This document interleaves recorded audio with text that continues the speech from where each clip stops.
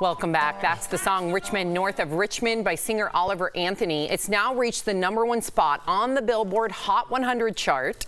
We've talked about how the song has become a conservative anthem, so to speak.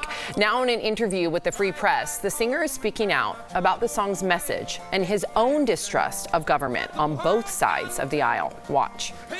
It's for people to, I guess, for one, to stop relying on someone 150 or 500 miles away from them to solve their problems for them. Like, nobody in Washington, D.C., no one in the federal government's coming to save us. The people that are going to save us are each other. You know, local relationships, even families are torn apart. Wow. Tori, you have some more factoids. Yes, just so you guys know, and this is really sad, but I totally hear it. Public trust in the government is at a near historic low. That's from a Pew Research poll. 9% of Republicans trusted the government in 2022. Only 29% of Democrats trusted the government. There isn't a lot of love for D.C. What do you think, Jeff? Have you lost faith in our government? Yeah, I've never really had much faith, but it's continually declining as we continue to talk about these stories. I don't know why. I guess maybe the way he looks and he's playing a banjo gives certain conservative vibes, but what he's saying speaks directly to me.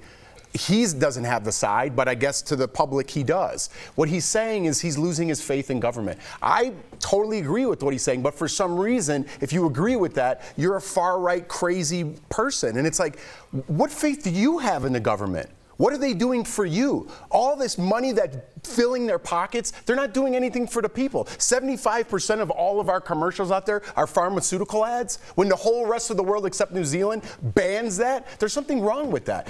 They're filling their money with our problems, or filling their pockets with money from our problems. They don't care about our problems. But now I'm sounding really right wing. But it's like, no, you sound like the remix of that song. I know. It's just, I'll give you a piece. Jeff, I think, I don't know. Am I crazy or what? No, I think what you're saying is correct. But again, I think people are missing the point because we have a tendency as a group of people to put the onus on somebody else. So we talk about the government. Well, who's the government? It's us. The government's just a bunch. We can't vote in people that we want. But we keep voting in the Marjorie Taylor Greenes, the people that are the loudest. Do you know who'd be a great senator? But my mom.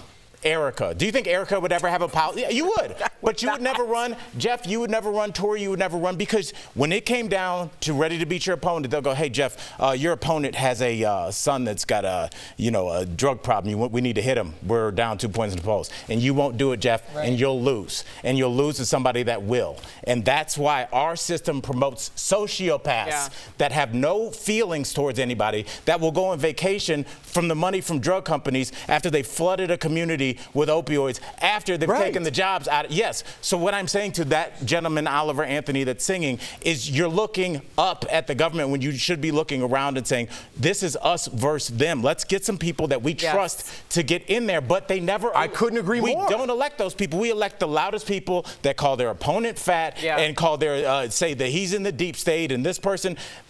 And so we don't have candidates that are real people. We have candidates that are good fundraisers at spaghetti banquets. Garbage in, garbage out. And then we get music like this, and everybody's like, yeah, what's going on? It's us. We're the people voting these people in year after year. But we're also the ones fighting and putting labels on conservative right-wing people. We just announced, the script said a conservative anthem. Right. It's an anthem for the people. Bob Marley's not right or left. He's like, I'm fighting against the government. Why can't we all agree that the problem is with them and not with us, but they keep pinning us against each other? But you're saying as if Bob Marley wasn't labeled.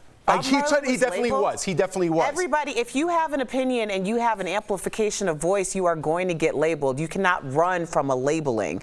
If that's the biggest problem, having a label, then that's the best thing that's happened today. But why aren't we uniting instead of going after each other and putting labels on everything? There's no money in that, Jeff. We're out of time. We're out of time. It sounds like we're all on the same page.